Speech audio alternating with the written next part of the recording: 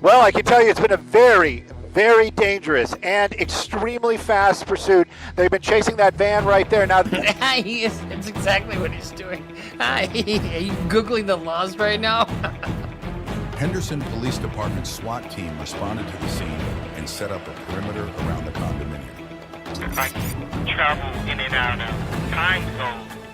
And the 3 key rules for a criminal defense lawyer: always on time, impeccably dressed, and occasionally sober. The yellow sports car up ahead won't stop. Then something happens you might expect in a Spider-Man movie. It wraps around the tire of the fleeing vehicle and stops all forward motion. Objection, asked and answered.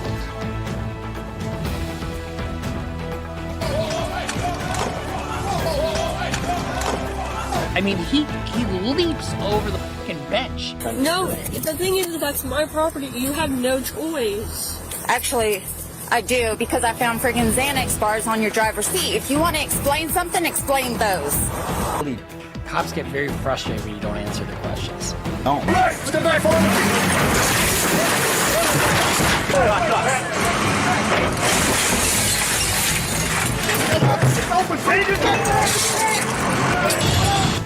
He's gonna go straight. There's a car right here. Got him. All right, I'm going to excuse everyone. Mr. Brooks is being removed from the courtroom. This is fucking hilarious. So he pulls out a joint in court. Go, go, go, go, go, go, go. Turn on your stomach! Stop fighting us! Stop resisting! The injury by the police, that may be a separate issue for you to file a civil suit. Chris, just while he's doing that, talk to me. What were you running for again? Warrant. Warrants? A felony warrant, city warrants, what? Felony warrant on Kansas. Well, I'm pretty sure they ran you, and you don't have any warrants. I don't. No. No warrants. No.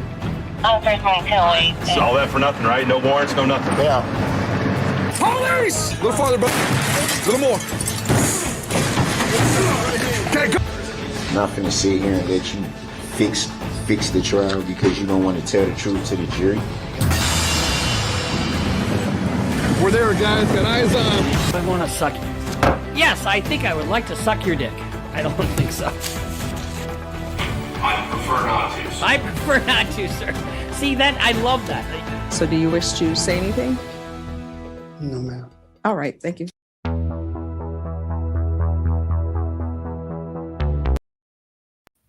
Hello. Welcome to the Defence Rests. We are back again.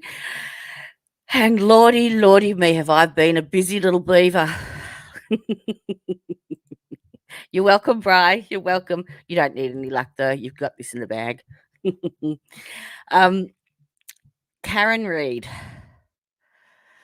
Jen McCabe, the Alberts. I went into a rabbit hole that I just haven't gotten out of yet still. And I'm not even covering this case. I just happened to be watching it, and yeah, you know, when things spark your interest and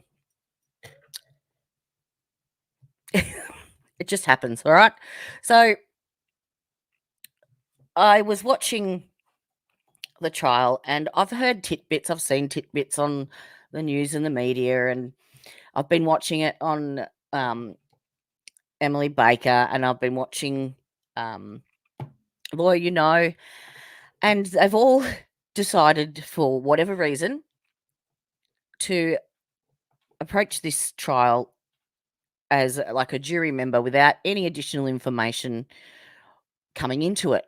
So just basically on the evidence that's presented in trial, which, great idea, novel idea, but they couldn't have chosen the worst trial to do that on. There is so much out there. Yeah. So I initially thought that this would just be a deep dive into Jen McCabe, because there was quite a few inconsistencies with her testimony on last Friday, being the last witness of the day, and she's still not finished. She hasn't, I don't think she's been cross-examined yet, but yeah, it's turned into a lot more than I'd bargained for, And I've spent hours trying to work timelines and stuff, and I've only gotten halfway through it. So this is going to be a part one of at least a 2-part series, I think. Hello, welcome, Still Human. Good to see you. Good to see you. Welcome. Thank you for coming. Hope you enjoy what we've got today. There's a little bit from everybody, basically. And because in my research, I've basically taken a clip from here and a clip from there, and all that's interesting. I need to put that in, and different watching trials and different hearings and motions, and so you're very, very welcome. Very welcome. So yeah, I need to give a good shout out basically to TURTLEBOY more than anyone, and of course Court TV. TURTLEBOY, I don't know if you know, he's been at the forefront of Karen Reid's defense and as an investigative reporter, and has suffered consequences because of this.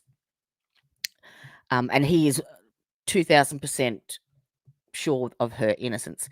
And watching him and looking at the evidence, because he's involved in a lot of it. He was called into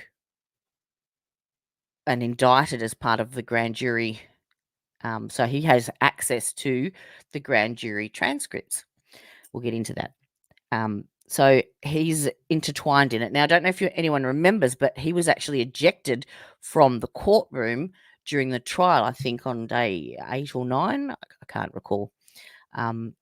He's back again now, but yes, he has hundreds and hundreds of videos, research, and evidence from the day that John O'Keefe unalived, basically, right up until now. And so I do urge you to go over, where have I put it? His YouTube channel is, wrong one.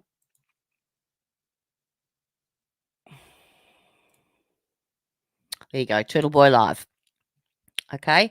I think if you just type in TURTLEBOY Live, it will come up. He's got hundreds and hundreds and hundreds of videos. He's like the original OG on YouTube. So I give him full kudos and 1,000% what do you call it? Effort and, creativity for basically 90% of the content here today. And I hope he's okay with that. I love you, TURTLEBOY. Thank you. So we'll start off with a basic intro. I'm not sure if anyone's been watching the trial, but here's a little bit of an intro on an overview of what's happened so far. Friend's house. At this point, it's not clear how he died. O'Keefe was a 16-year veteran of the Boston Police Department. His girlfriend is now charged. It's loud enough for Karen everyone. Reid led into court in handcuffs. She pleaded not guilty to second-degree murder. Reid was in a 2-year relationship with the officer. Last Friday night, say prosecutors, the couple went to 2 bars in Canton before being invited to an after-party at this Canton home. Prosecutors believe Reid hit him with her SUV outside the home of a Canton police officer after a night of drinking. Reid has spent much of the past 18 months in and out of court awaiting a trial date.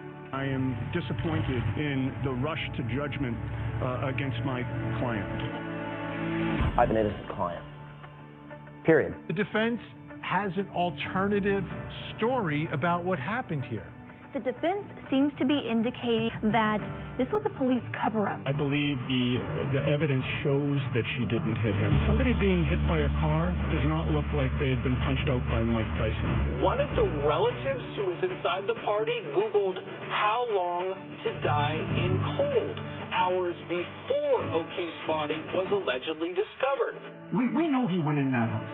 This crazy story out of Canton, Massachusetts. That's TURTLEBOY. They immediately just went with the narrative that she did it, and they worked from there. I've never seen that many people at a pre-trial motion hearing. It was standing room only. Her defense team displayed this photo to the judge. They say the wounds seen on John O'Keefe's arm are not from Reed hitting him with her car. They say they are dog bites. Every single minute wasted going after Karen Reed is time that could be spent going after the actual people who killed her. Should state police is involved. There are people that were in that house that are involved. I tried to save his life at 6 in the morning. I was covered in his blood. I was the only one trying to save his life. Family and my attorneys and my team have marshaled every resource to get to the truth. It just feels like no one else wants it. And she didn't admit to it. Karen Reed and her family will never, ever quit. Not until John O'Keefe's killers are brought to justice.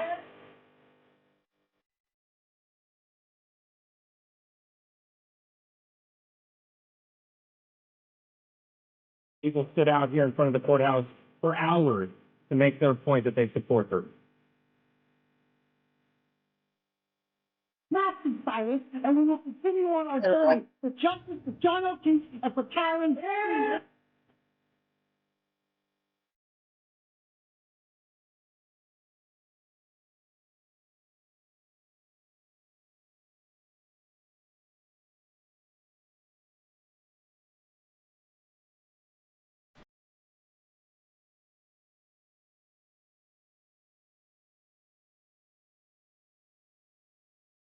The reason you're seeing all those people outside, those are well-educated people. Those are smart people. They have jobs. They are just outraged that the institutions that they have put faith in. These are people who have supported the institution of the police and the district attorney's office who feel lied to and betrayed. I've never written a story like this. Yep. So that's a basic introduction. Now, on that question right there, Brybear, that's what's on everybody's lips. Now, if you've watched it, we're at, I think, day 14 of the trial.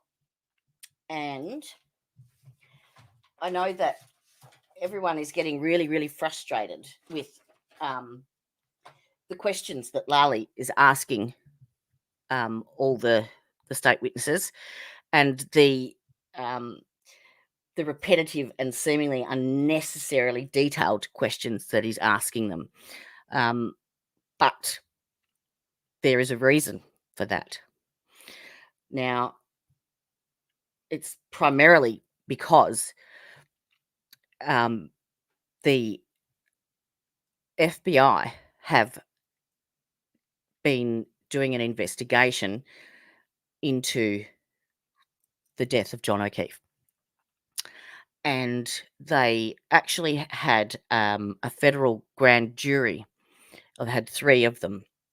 One was on the 28th of November 23, then the 14th of December, and then again on the 20th of December in 23. And that involved Colin Albert, Brian Albert, Elizabeth Proctor, the wife of Michael Proctor, who is the lead detective, I think, Michael Proctor himself, Jen McCabe, Matt McCabe, and Julie Nagel. Now, during that grand jury testimony, they discovered a voluminous amount of evidence on their cell phone extractions. So this is where all the messages are coming in, all the text messages, all the group chats, all the things that are just starting to sneak in now into testimony. And so the defense is trying to cover their asses by making excuses for certain behaviours. Like, my best example that I could think of was Matt McCabe, in his testimony last Thursday, was asked a question about how his wife reacts in a crisis. And he stated that she's very calm. Why would you ask that? Doesn't seem like it's, an evidentiary question. Why would Lali ask him how his wife behaves in a crisis? Now, the reason for that is because when Jen and Kerry and Karen were in the car searching for John at 5:30ish, between 5:30 and 6ish in the morning, and they went via the Meadows and then came back to 54 Fairview, it was Karen that spotted John's body on the lawn out the front. And at that time she spotted that, she was actually on the phone trying to contact him. So she was in the middle of calling him. And she basically saw him and screamed, you know, "Stop the fucking car. Blah, blah, blah, blah. That's him. I see him." And she threw the phone down onto the back seat, but it didn't hang up. So it actually went to John's voicemail, and it recorded 4 minutes of audio that included the 911 call that Jen McCabe made, and as well as all the background noise and all the commotion that was going on. And it is actually hard to listen to because you can just hear the sheer panic in Karen's voice, and it just breaks your heart. And I will play it for you. So it's warning, it can be hard. And there is another video that I've got that does have graphic content as well. So just viewer discretion advised, just beware. So in that 911 call, hang on, I'll do better. I'll play it for you, and you can tell me whether or not you think that if a friend of yours that you've known for over 10 years you've just found them dead on a front lawn at a party that you'd just been to, what your response and actions and how you would normally consider, you know, to behave in that situation, whether or not this fits the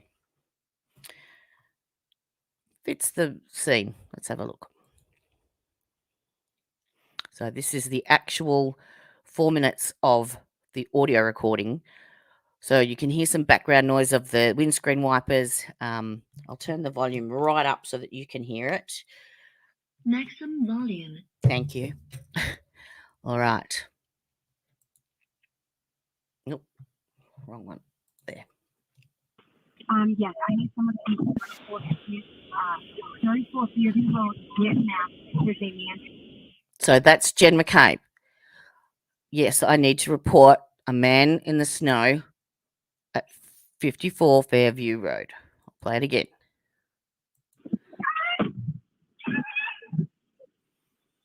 Oh, start again.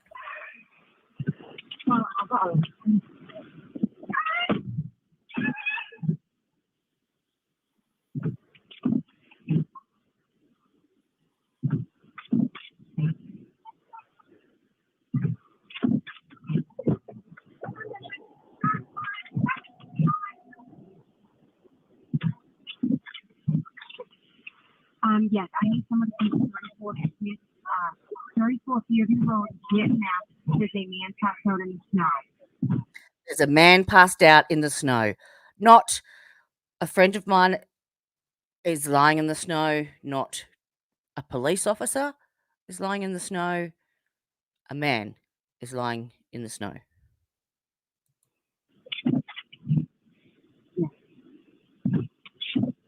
Yeah, I don't know why he did that. I can put that. Like, okay. I know. Where's the blanket? I don't see blanket, Terry. So that's the dispatcher has told Jen to get blankets for John to wrap him up because she said he's in the snow.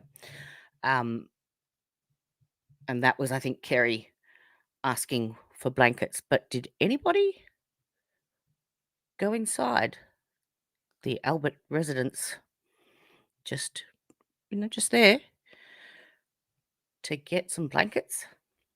And did anyone from inside the Albert residence come outside to see what the commotion was about? Not a one. Not a one. Yes, I need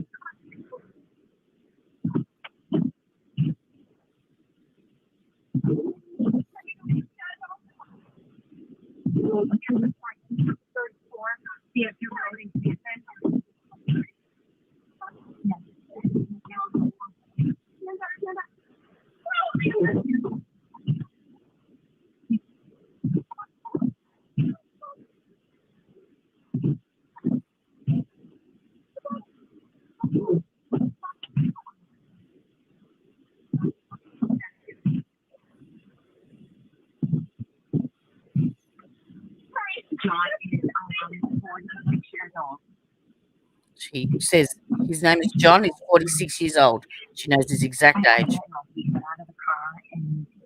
Now, to that. He got out of the car. Play it again.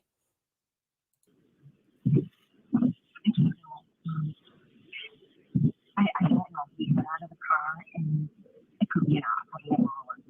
Carrie? He got out of the car. It could have been an hour. I don't know.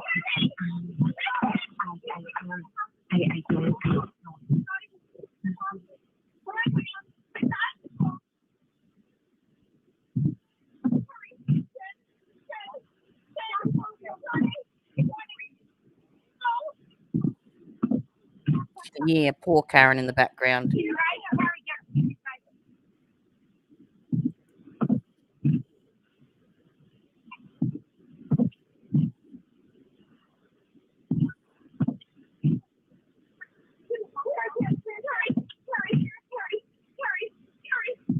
Listen to that panic. Can't fake that. I know. I'm on the phone with the ambulance. I know.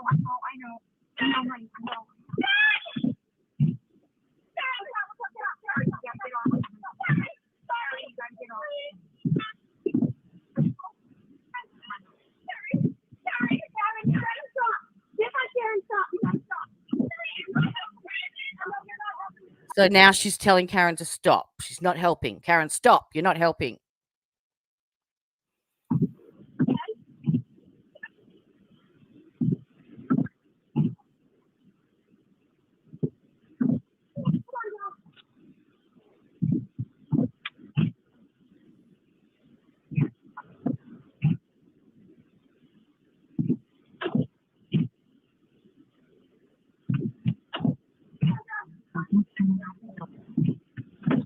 Has anyone heard her say here yet?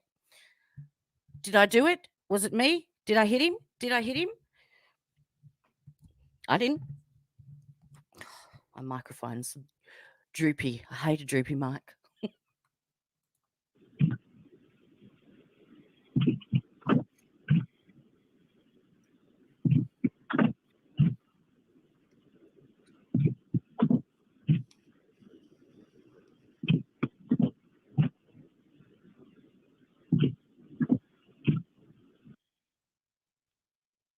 That's it. So I think with all of that commotion, and Karen wasn't being quiet, she was yelling, and apparently there were, stop sharing that, there were at least 2 fire trucks, EMS, and 5 or 6 police cars. Don't know if sirens were on, but definitely lights. And it's been shown that the top, let me see if I can find the picture. There was a photo of the house, and it showed the, hang on, probably should have had this ready to go. I did save a heap of stuff, and I've got it everywhere. Right, so front of the house. Where is it? There. Oh, of course, it's in invalid file type. Anyway, we've all seen the front of the house. So the very top story, first level, the far right-hand side, closest to the flagpole, is the master bedroom. It is the closest room to where the body was found, or the closest bedroom to where that body was found. So and no one went in, no one came out. Now, there was 2 phone calls that they mentioned that Jen McCabe made to her sister Nicole inside the house. I think they were about the 6:05-ish mark, and they were for 5 or 6 seconds. And there is an audio version of one of those online that I found, but it wasn't very clear. And it professes to say that don't come outside and assist, or something to that effect. So don't quote me, but that's pretty much the way that is made to, or it's what it sounds like anyway. So the timeline goes that there's quite a few things that have come out from this federal grand jury, and we're yet to find. We've only just scratched the surface of it, basically. They have so they all leave the waterfall, and then at 11:55 there are the text messages between Colin and Alison McCabe wanting to be picked up, which finish at 12:10. So they started at 11:55 and they finish at 12:10, and it was a screenshot that was submitted as evidence. And the time from 11:55, when it clicks over past midnight, doesn't change to show that it's February 29th. And then, of course, we all know that there's that huge gap then until February 20th before they have another text message conversation. And apparently there was conversations on other platforms. So then at 12:24, there is GPS in Karen's car that shows the SUV out the front of 54 Fairview. That's yet to come out. Oh, at 12:10, pretty much Colin Albert apparently leaves and is picked up by Alison, and that's when Brian and Nicole come home too. Now, at 12:30, we have Julie Nagel's brother, Ryan, and Ricky and Heather in the F-150 coming to pick up Julie, who then decides to come out the front and decides that she was going to invite them in. They refused, and she's going to stay a bit longer, so she goes back in the house. Now, they've got conflicting statements there as well. 2 of them saw only the female in the driver's seat, and I think it was Heather. Who was it that said they saw? No, I think it was Ricky, the driver, who said that he'd pulled up behind the SUV and he saw 2 people in the car. Then there is John's phone. Now, his phone was found underneath him at the scene. And it showed at 12:32 was the last time that it moved, basically, until later on.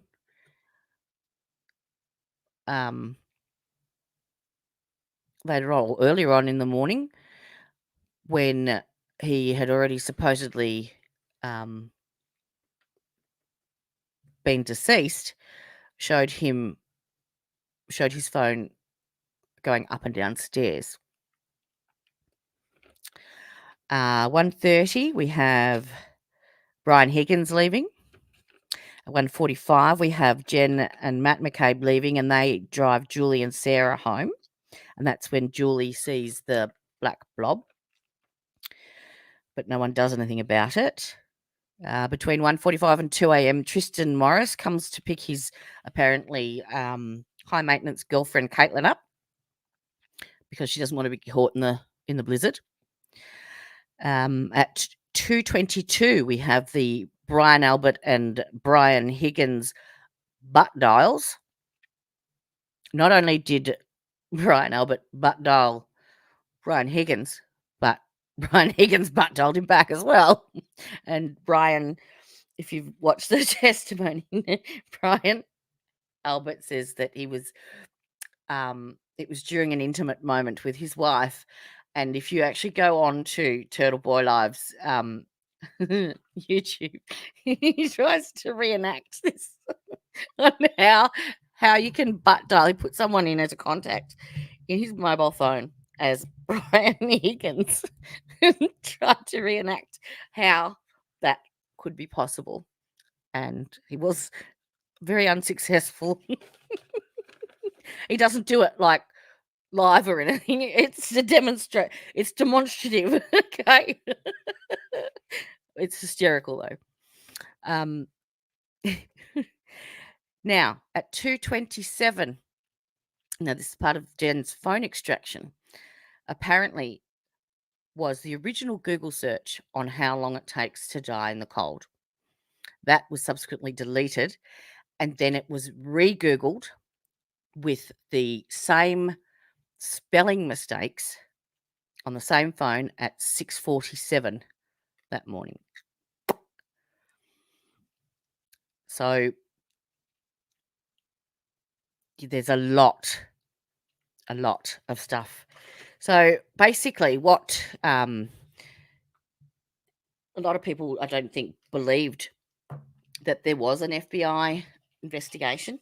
But if you go back and look through some of the hearings, there's the prosecution basically, once they got the evidence back from the grand jury, they put in a motion for a protective order because they didn't want any of that information leaked. They didn't want it out into the public. But the US Attorney's Office and the FBI and the Department of Justice had no interest in, they didn't care whether it was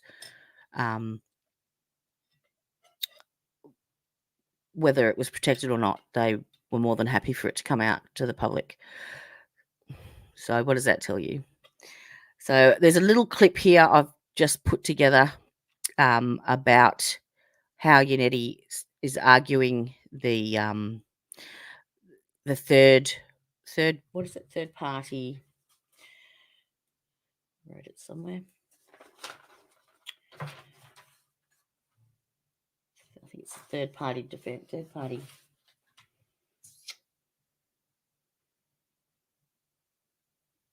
I can't remember now. My brain's gone Jen McCabe on me. How is this playing? Because now you guys have confirmed for the first time that there is in fact a federal investigation Third-party culprit into the investigation like of Karen Reed and the investigation of the death of John O'Keefe. Give us a little bit of the parameters of what this is about and what everyone is saying about that part of this case. Yeah, we weren't the first ones to report the federal investigation. That had been out there, but we were the first ones to confirm it. And the way we did that was interesting. I got a tip that the Norfolk County District Attorney, who is the district attorney where Canton is, that he sent a letter to the Department of Justice essentially pushing back on this federal probe, that the Norfolk DA believes that there's a number of conflicts of interest that the DOJ failed to recognize and that they're essentially targeting him. So we did a public records request for that letter. And when I got the denial from the Norfolk County DA's office, they denied it, saying, hey, this is confidential information. We don't have to give it to you. That essentially confirmed for me that, yes, we do have this letter in existence. This letter is here. So at this point, where does everything stand?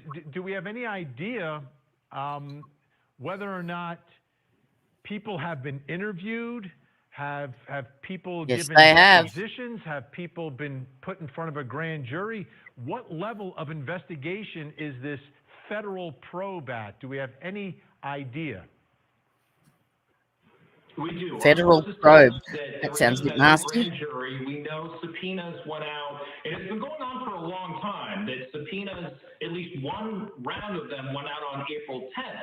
A number of people who the state has identified as witnesses, who are going to be witnesses for the prosecution, they've been called in to testify in front of this grand jury. And we know that the grand jury was hearing testimony over the summer. I'm aware of people who testified in July and August, but I have not been able to find or learn of anyone who's testified in front of that federal grand jury since August. And as you know, Vinny, these cases, the federal cases, they can take a really long time. But, you know, there's so much, I think, you know, thirst for information here that people are saying, hey, if the feds have something, if something really exists here that shouldn't, let's hear it. We want to know, because Karen Reed's going to be supposedly going to trial in March. I don't think it's actually going to happen then, but that's when she's on the calendar for. Right. If the federal probe uncovers something, you would think that Karen Reed and her team would want to know what's going on there, because that would impact their case, because their whole case is that there was something wrong with the investigation and that it was some level of a cover-up. Absolutely. It's hard to imagine that the feds would let the case go to trial if they have something, which we don't know if they do.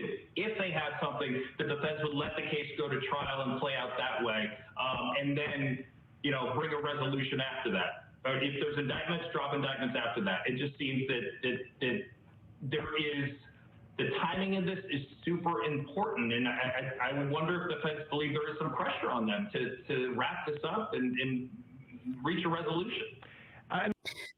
That was actually taken. That video was a few months old, a couple of months old. So, yeah, that's why it sounds a bit odd, because they hadn't gone to trial yet. So, yeah, they haven't got me past. I mean, they upgraded the charges as well, so they've got intent to prove now. So they haven't got past probable cause for me yet at all. Not even close. So what TURTLEBOY has done, he's come up with the top 50 reasons why Karen Reed is innocent, or what factors that you have to get past to actually come to the conclusion that she did, in fact, murder John O'Keefe. Now, again, I'm going to have to put this up because there is graphic content, both in language and in content.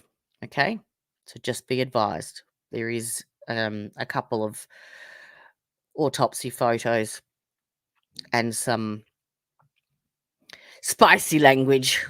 They don't bother me, but it might bother you. Just saying. So this is I'm like, you know, we need to, these crusty panties of the world. It's like, for those who haven't read it, it's just good to refute them just with a nice bulleted top 50 list, right? 50 is a good number. 50 is a good number. So let's just run through it real quick. And keep in mind, you have to ignore not one of these. You have to ignore all 50 of them in order to believe that. I actually did start to write these out, and by the time I got to 46, I thought, I'm just going to record it. Karen Reed is responsible for this, okay? Because again, what we don't have is full proof of who killed John O'Keefe. We might never have that unless people start talking. Yeah, they're all sticking together. What we do have is pretty solid proof that she didn't do it. And let's just run through it. All these things that have to be ignored in order to believe it. So number 50, Michael Proctor interviewed Jen and Matt McCabe and Brian and Nicole Albert together at 11:30 a.m. at Jen's house. This is a fast fact that gets often overlooked in all this, is that this image right here was taken at 9 a.m.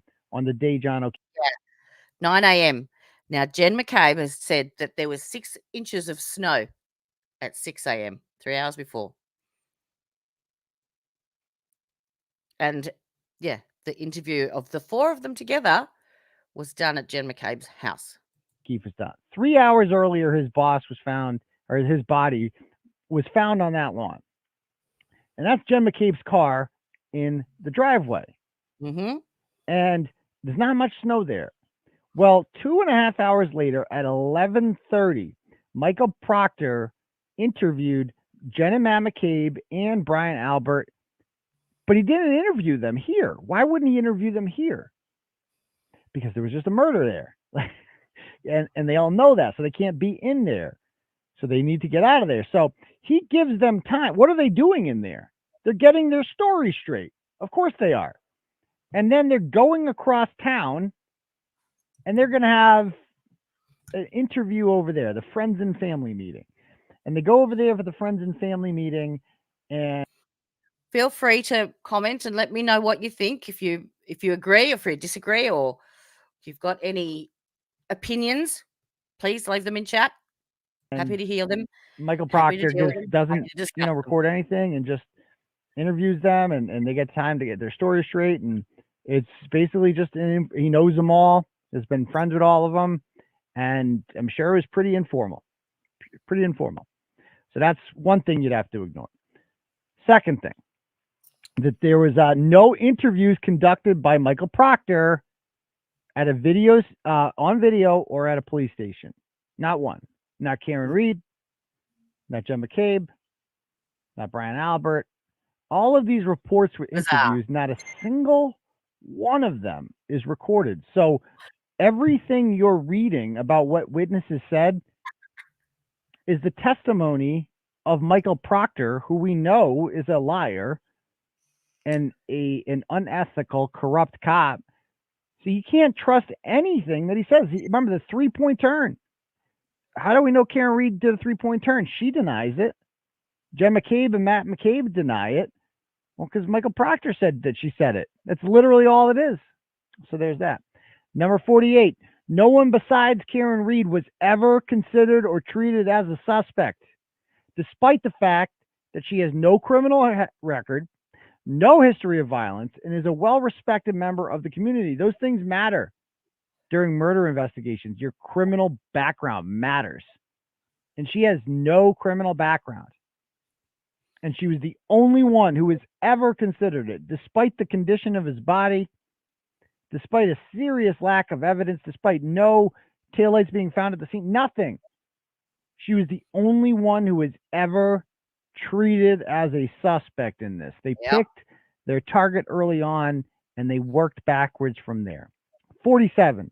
The Commonwealth story is that a vehicle going 5 miles an hour in reverse killed a 6'2", 217-pound man, causing multiple skull fractures and lacerations to his arm, despite the fact that he landed on grass and snow. You have to ignore those facts to come to the conclusion that Karen Reed killed him. Or in this case, I guess you have to accept those facts, which is even more insane. 46. There was never an accident reconstruction report that ever took place. Every time somebody dies in an automobile. On his site, he actually does go to the property and does a reconstruction type of dealio there. So it's worth a watch. Accident. The police do a accident reconstruction report. Nothing like that has ever happened in this case, ever. What about the red? You have to ignore that in order to believe that Karen Reed did this. And you have to think that's normal for no accident reconstruction to happen. Because, of course, if you did an accident reconstruction, you would notice how absurd it is to believe that she killed him going however many miles an hour in reverse, and that she assumed that he was dead and felt comfortable just abandoning him there.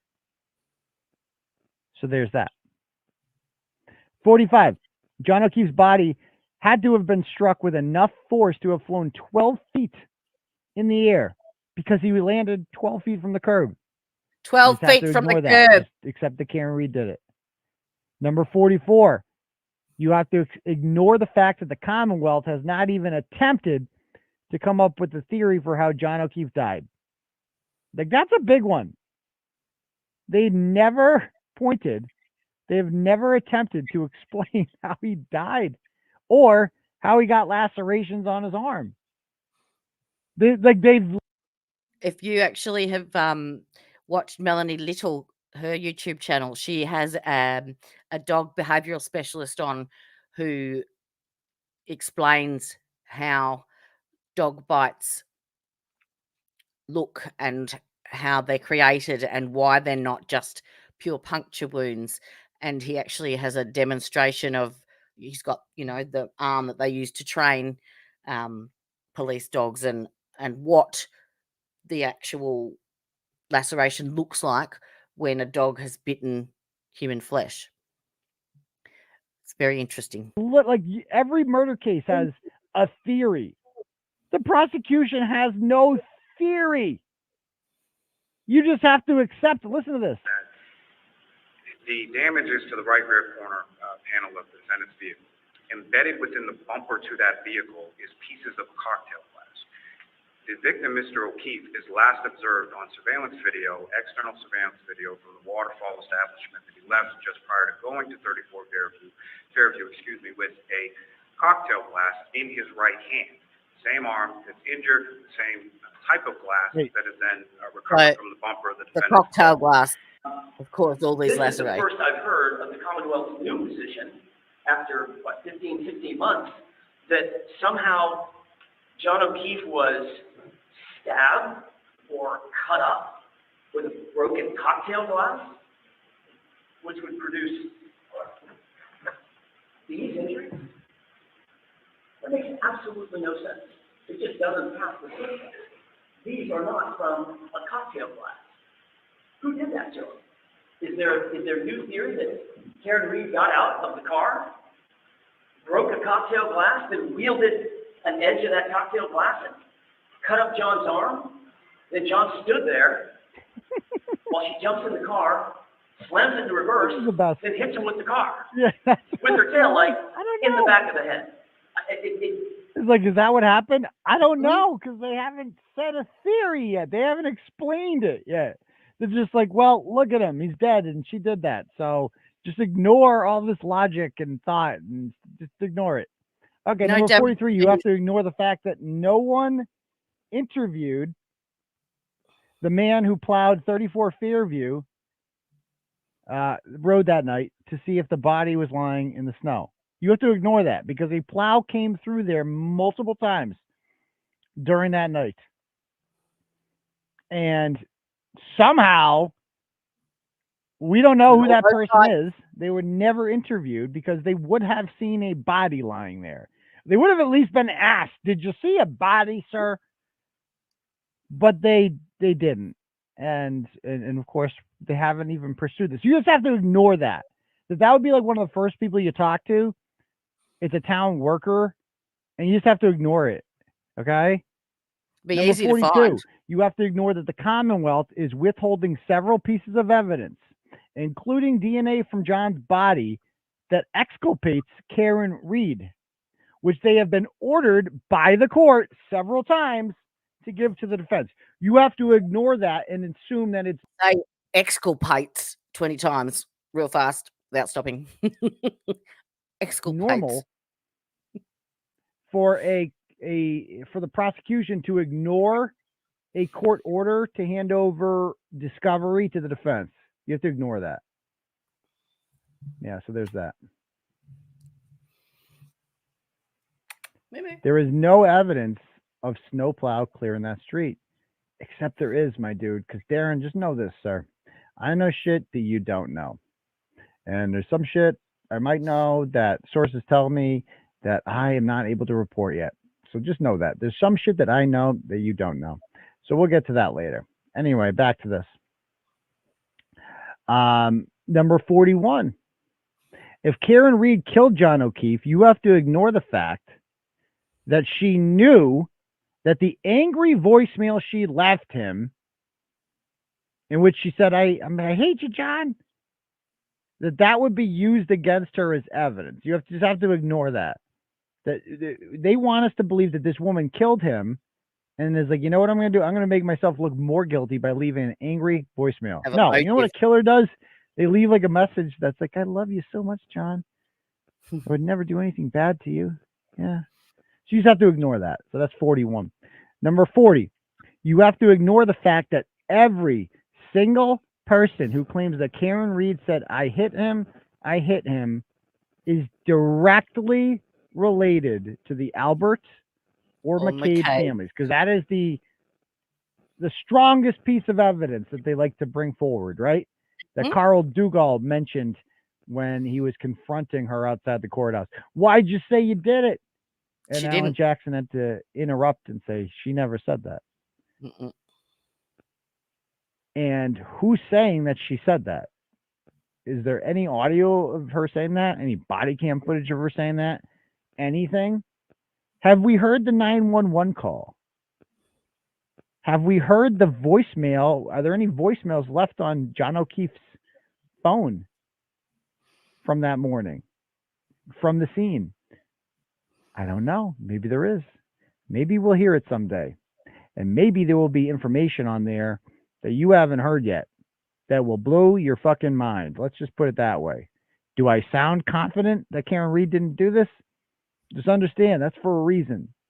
That's for a reason. I would bet everything on this. Like, I would literally mortgage my entire business, my future, my reputation, everything on this. And what would you bet in return, Carl Dugald? Like, that's what I would like to know. Put your money where your mouth is. Like, Carl Dugald, I'll give you 10-1 odds on this right now, that Karen Reed did not do this and it will be proven in a court of law. What are you willing to put on it? Nothing? If you're not willing to give me the 10-1 odds I'm giving you, if you're not willing to put your money up on that, then what is your opinion worth? You're obviously not very confident in what you say if you're not willing to bet on it. So let's just bet on it. And again, I will give you 10-1 odds. That means if you bet $1,000, if we bet 1,000, I will pay you $1,000. We'll just, this will be the ratio, 1,000 to 100. So, all right, if Aiden, she did it, idea. I give you $1,000. If she didn't do it, you give me 100. That's pretty good. We can increase the numbers for that. We could do, 10,000 to 1,000. We can go 100,000 to 10,000. Whatever you want to do. Those are good odds, man. If you're that confident in your opinion, then you should put your money where your mouth is, Carl. And you should unblock me. Move along, Aiden. Aiden. That you are, man. And the fake cop that you are. And you're a fake Boston cop. You're a detective. You're a goddamn disgrace. But he's not going to do it. He's a pussy. Pussy! I'll see you at the next court hearing, July 25th, Carl. Be prepared to answer some questions. Okay. So, again, every single person who July said that 25th. is... so that this claims tells you how old this video is. He's got these 50 reasons why she's innocent, and it's before July 2023. Before. This is before the grand jury, before the federal investigation, before all the motions hearings, pre-trial hearings, everything. She said that. I hit him is related to the McCabe's or the Albert, and that includes the subject of our next blog, the Canton Fire Department employee who claimed to be unbiased and said the same thing. Oh boy, wait till you found what we found out on her. This, like, every day you think the story isn't deeper. Wait till you see what we got in this one. Stay tuned. Next.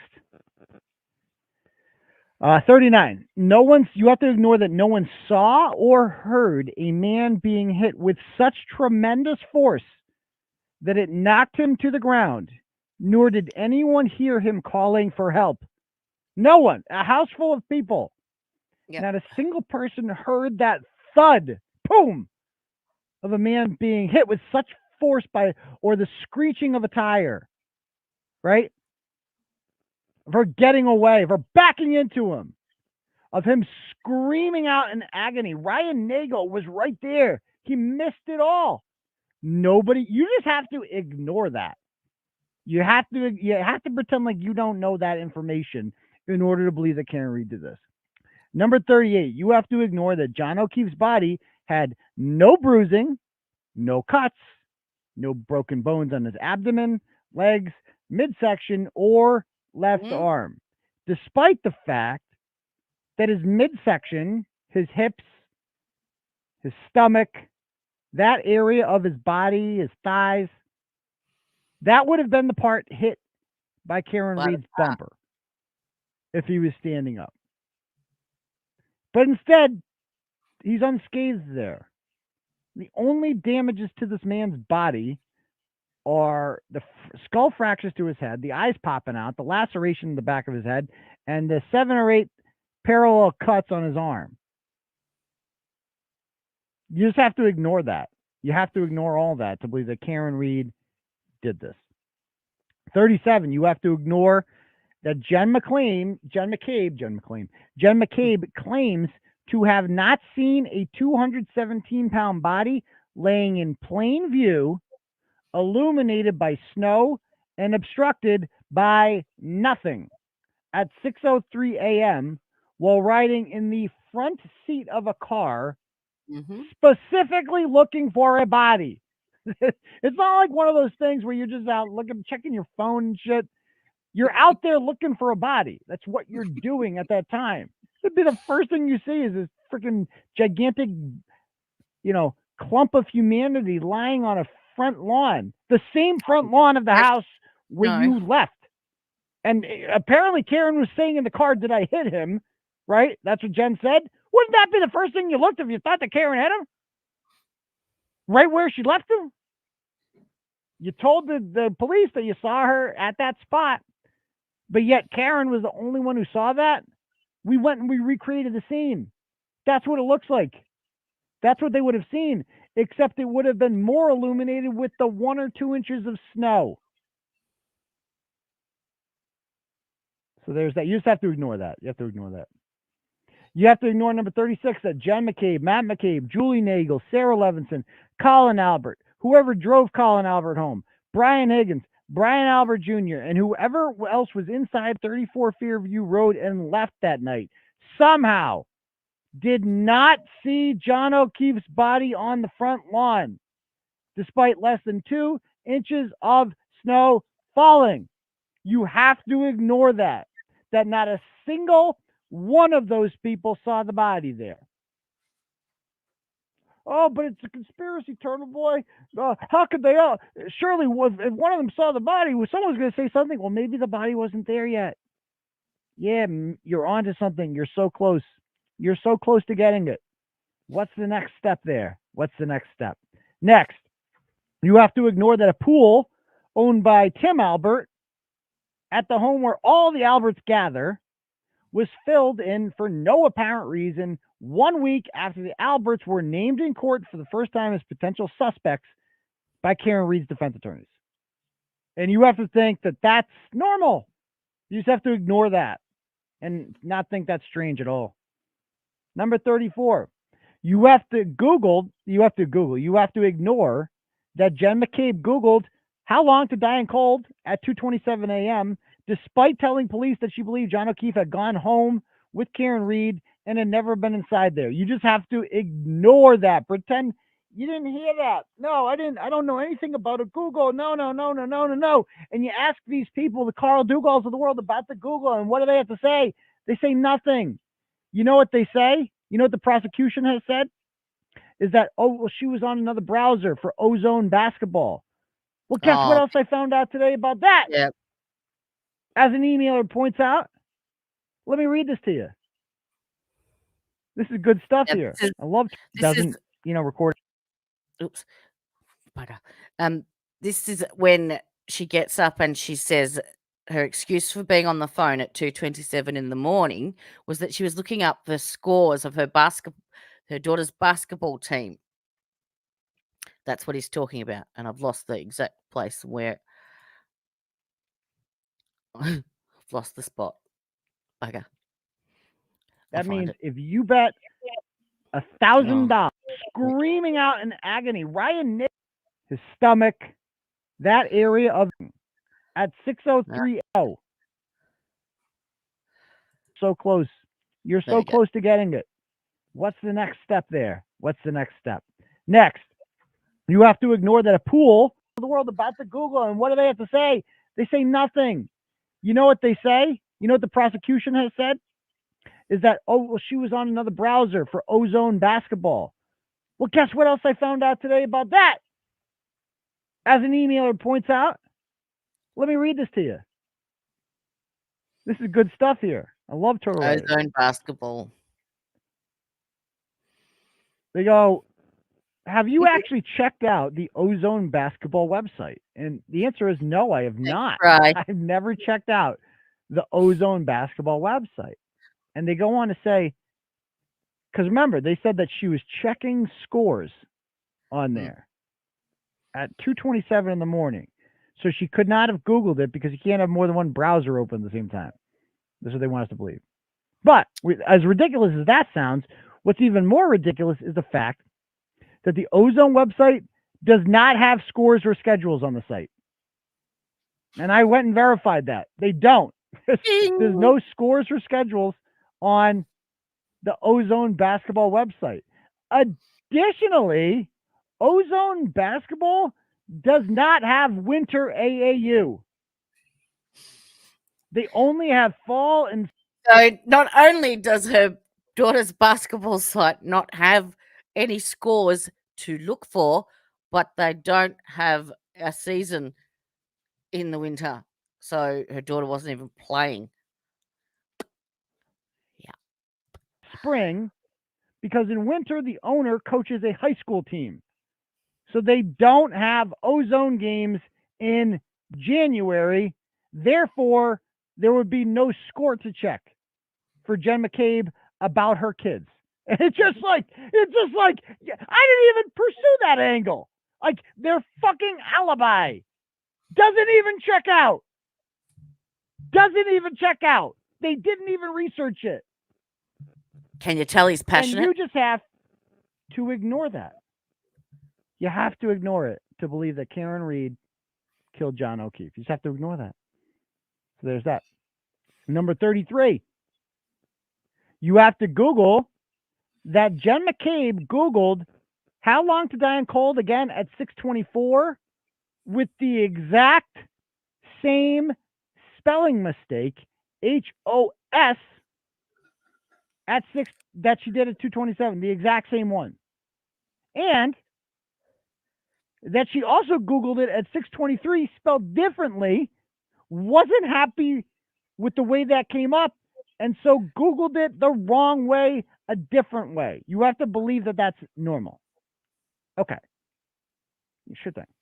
Number 32, you have to ignore that Jen McCabe deleted all of her calls, texts, and Google searches before and after finding John O'Keefe's body. That's nothing else. She called people all day. She didn't delete any of those, just the ones right before and after finding the body. She also deleted a screenshot of Brian Albert's phone number and a Google search for how long to digest food, which could be used by a pathologist to determine time of death. You just have to ignore it all. Number 31, you have to ignore that Jen McCabe called John O'Keefe 6 times in a panic between 12:40 and 12:50 a.m. Despite having no reason to believe that anything bad had happened to him. And despite claiming that she saw Karen Reed drive away at 12:45. So wouldn't she have assumed that he just went home? Isn't that what she told the police? So why is she calling him like he's missing already at between 12:40 and 12:50? You just have to ignore it. So there's that.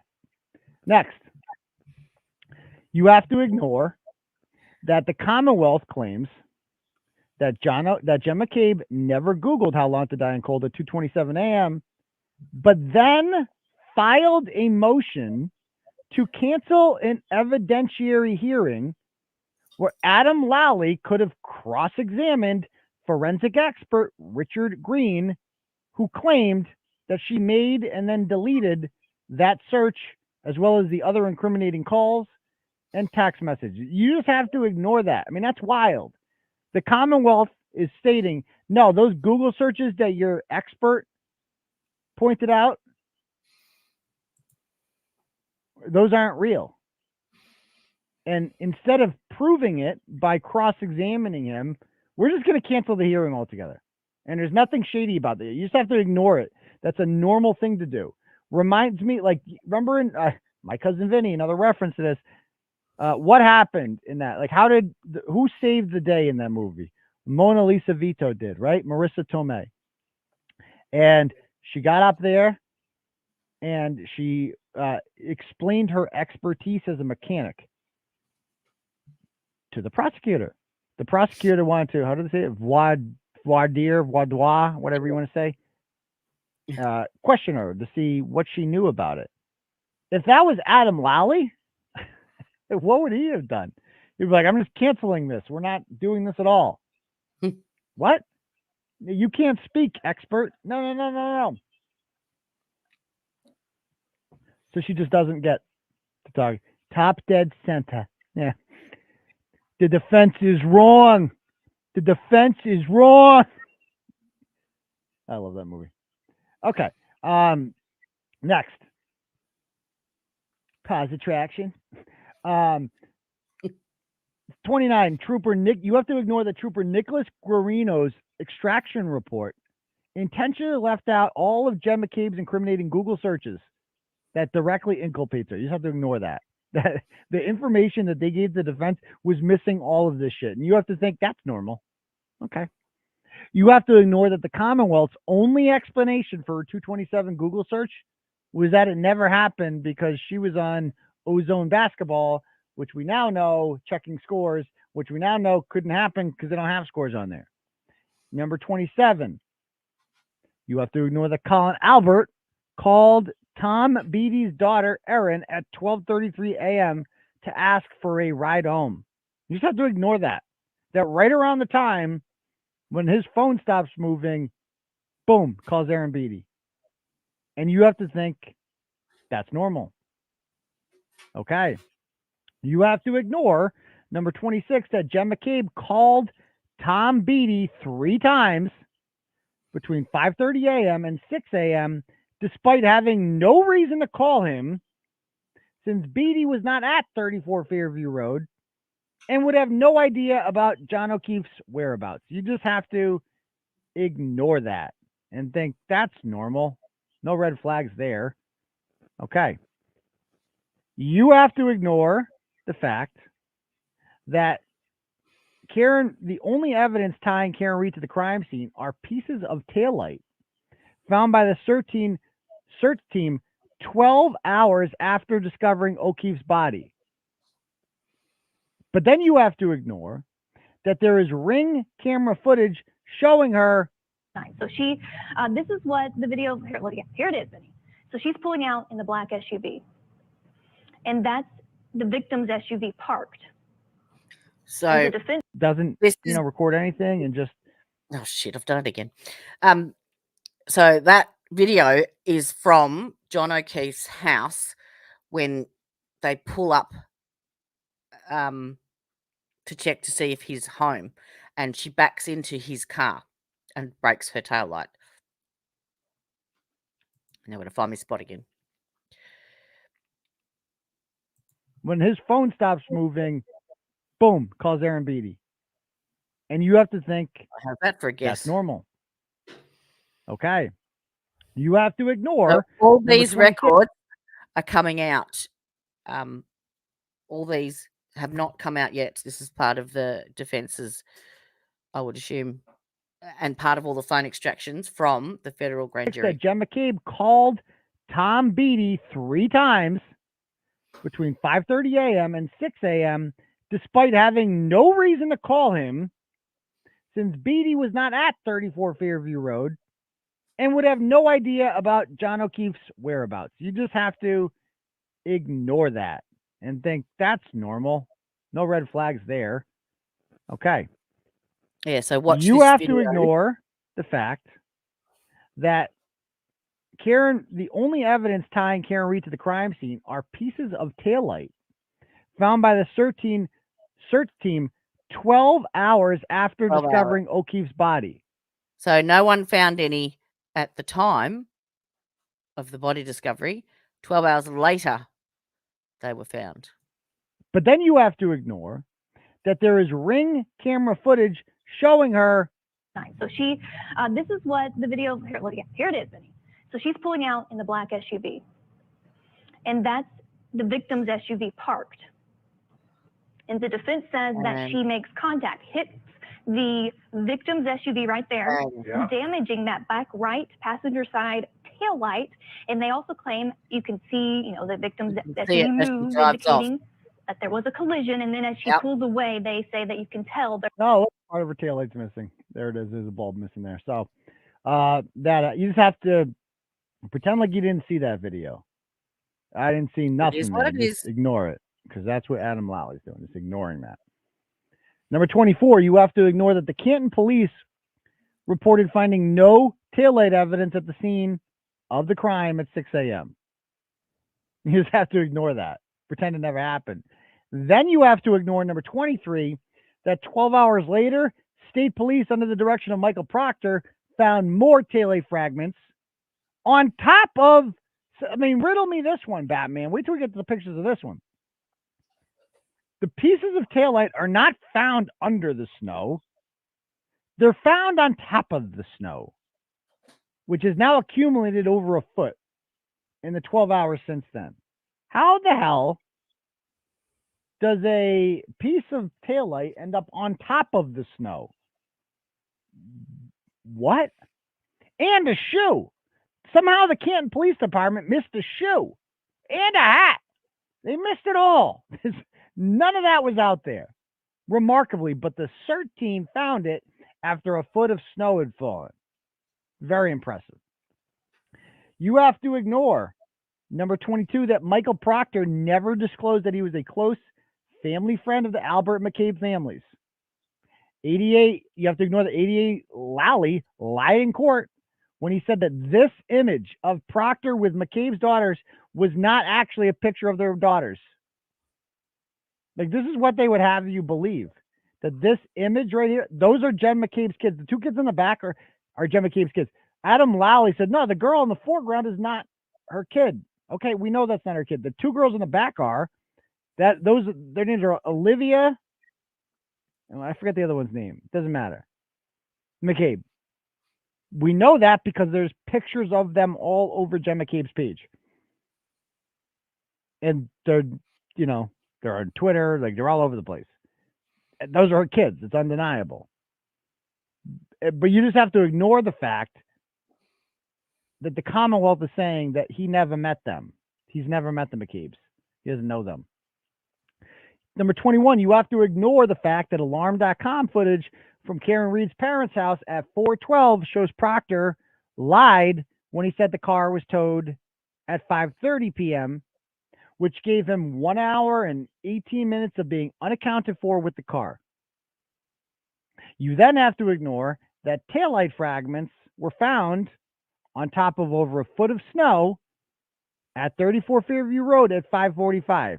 You then have to ignore that Michael Proctor knew that CERT team would be there by 5:45, and by saying that the car was towed at 5:30 p.m., that would make it impossible for him to physically have planted evidence by 5:45, since Canton is more than 15 minutes away from Dighton. You just have to ignore it.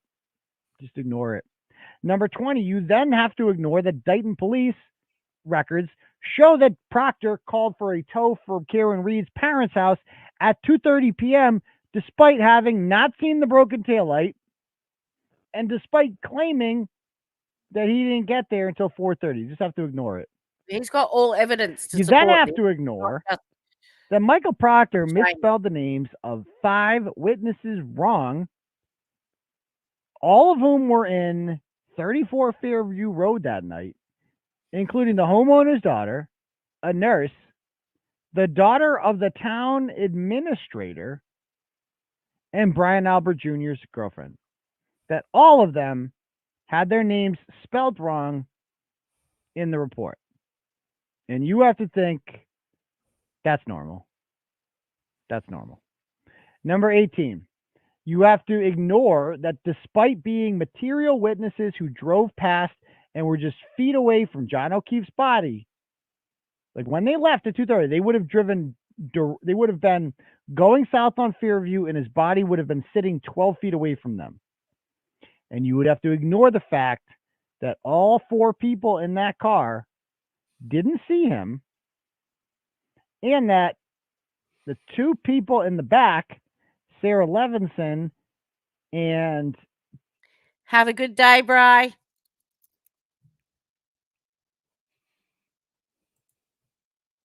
Julie Nagel, were never questioned by police until over a year afterwards. And you have to think that's normal.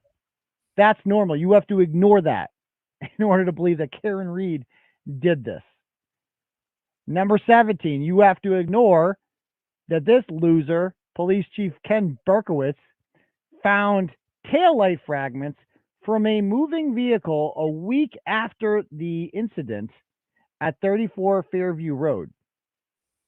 You then have to ignore that he contacted a reporter on February 1st and asked that reporter to remove a tweet that contained factual information that O'Keefe's body was found on the front lawn of Brian Albert's house because Brian Albert was a, quote, pillar of the community. You have to ignore that and think it's normal. Okay.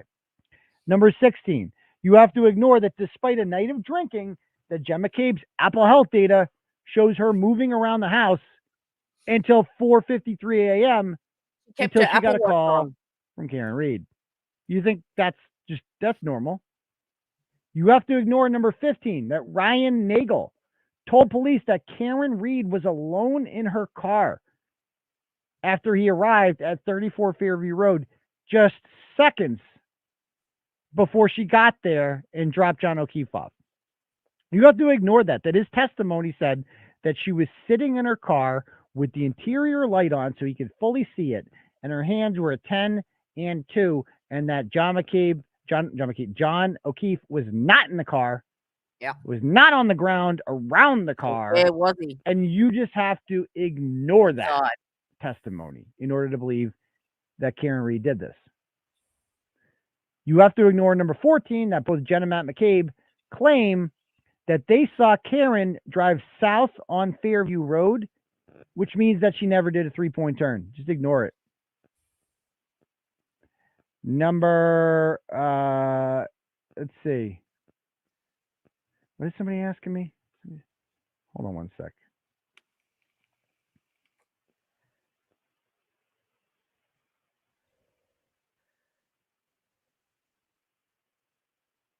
No, okay. Anyway, number 13. After a night of drinking, you have to ignore that witness Brian Higgins elected, the ATF agent who was in the house, elected to clock into work at 1:30 a.m. at the Canton Police Department in order to have an alibi. You just have to ignore that. Nick, okay. Number 12, you have to ignore that 2 minutes of footage from the Canton Library, the exact 2 minutes when Karen Reed would have driven by the Canton Library and shown her taillight in a state of pristine condition because it hadn't hit anything at the time.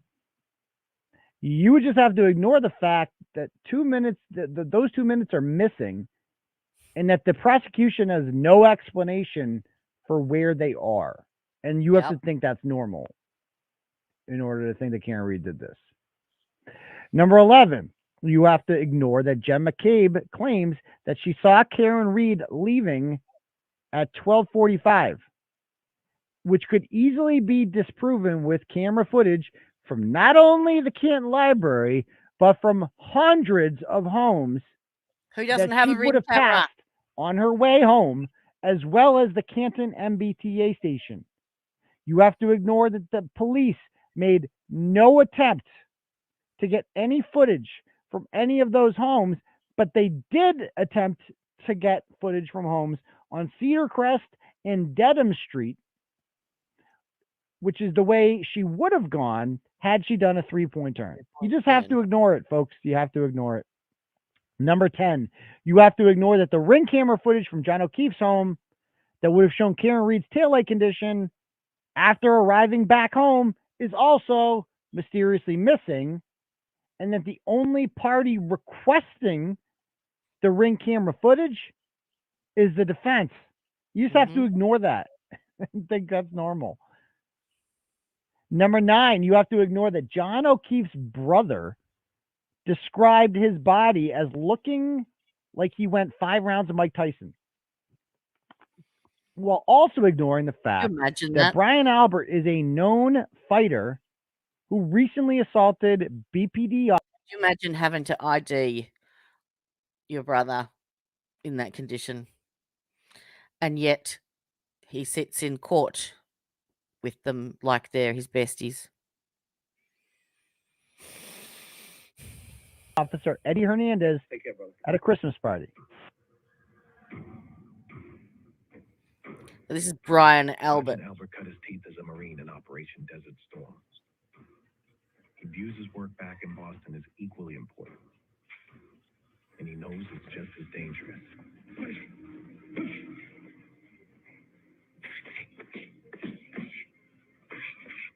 In order to make the cases on the suspects who are selling drugs, you have to have undercover police officers actually going out, posing as spies. Yeah, so that guy could probably hurt someone, but you just have to ignore that.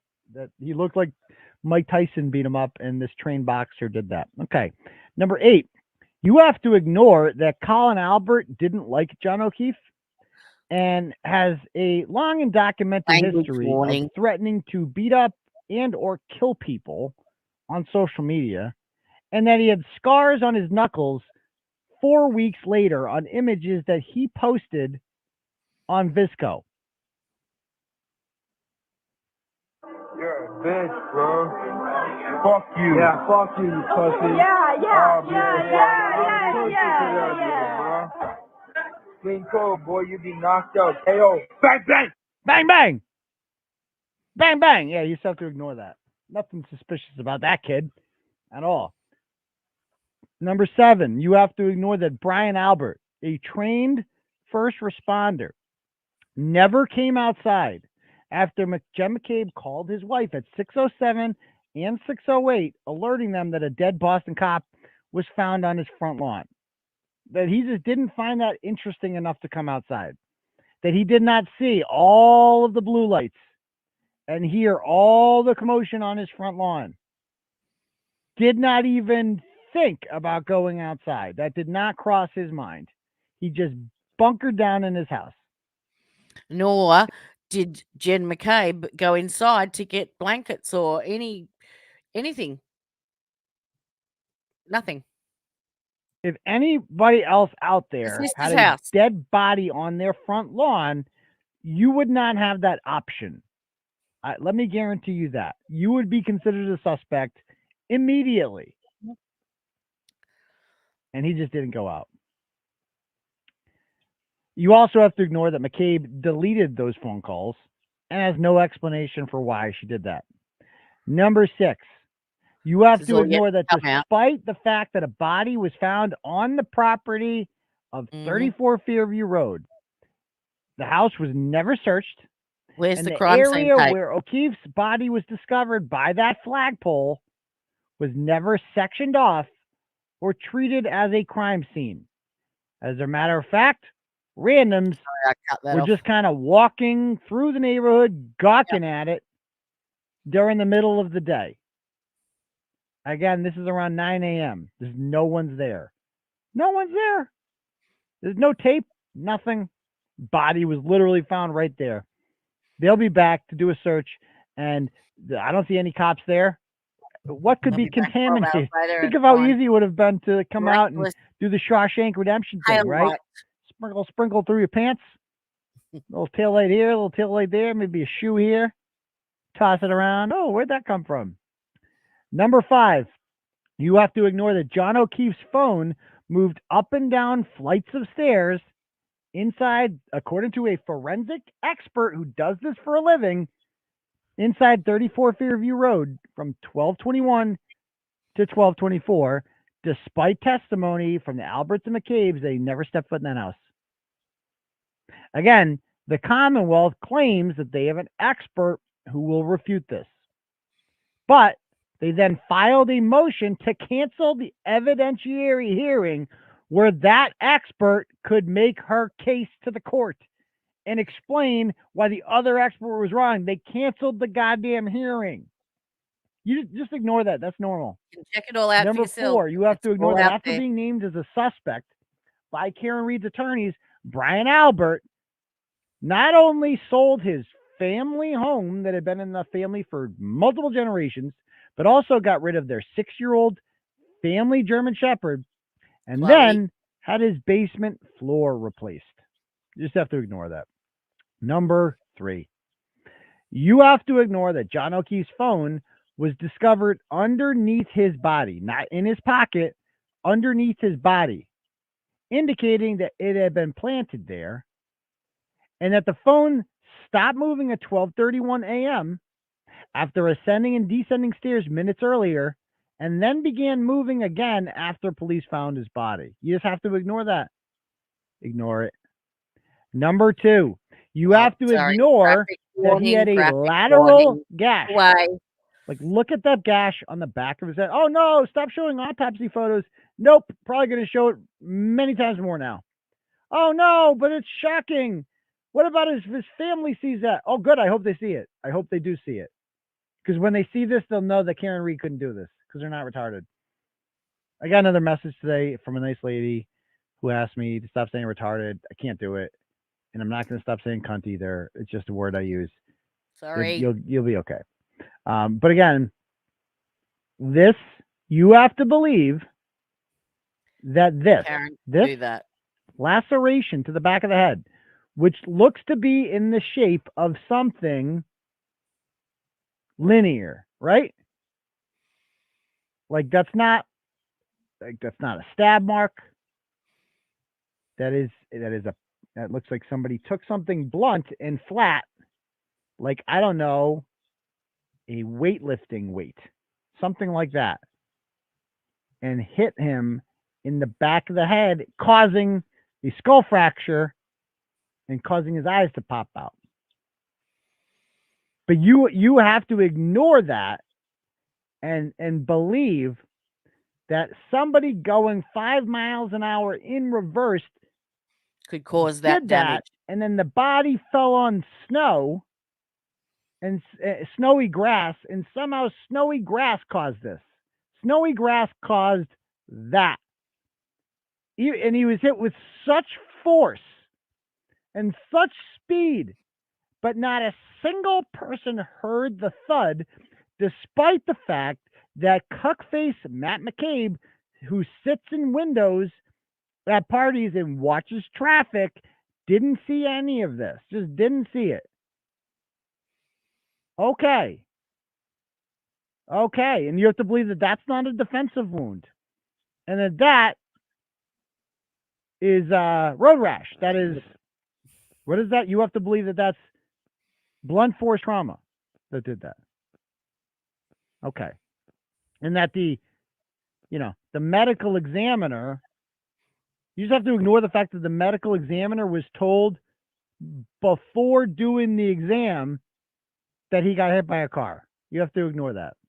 And finally, you have to ignore his right arm being covered in lacerations, and that the medical examiner who examined his body 4 days after he's told died ahead of time that he was struck by a car. You just have to ignore it all. And then, and only then, can you reach the conclusion that Karen Reed killed John O'Keefe? You have to ignore all of those facts. So there you go. This is all yet to come. Conspiracy in Canton.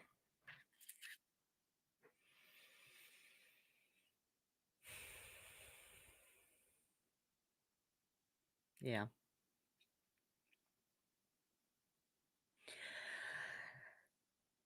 Not good. Not nice.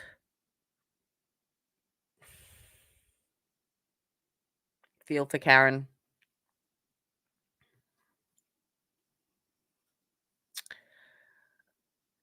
Yeah.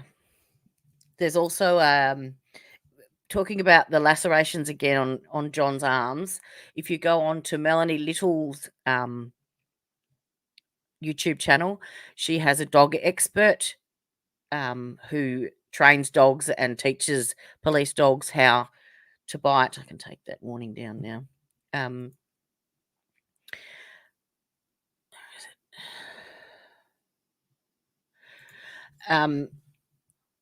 And actually has the dummy arm and shows what bite marks look like on human flesh, how they're created. They're not actually just a puncture wound. They actually, because the body's natural response is to pull away, plus dogs are taught to grab and pull as well, so they end up becoming like a vertical laceration instead of just being puncture wounds. So get onto her site and have a squiz, because he explains it really, really well. And kudos to Turtleboy, like those 50 reasons that he just explained were well over 12 months ago. So he's known for a long time and has had a lot of has gathered an immense amount of evidence, and has been involved in it from the beginning, basically. And along with a retired DEA agent, the two of them sort of collaborated together initially because they both complemented one another. Turtleboy, his real name is Aiden Kearney, had the investigative research and reporting skills, and Sean McDonough, who is retired Boston ex-DEA, they joined forces because he had the contacts and he had the experience and he had the law enforcement experience of protocols and processes and procedures, and had contacts in the FBI and in all the government agencies and all sorts of undercover places. So they combined together and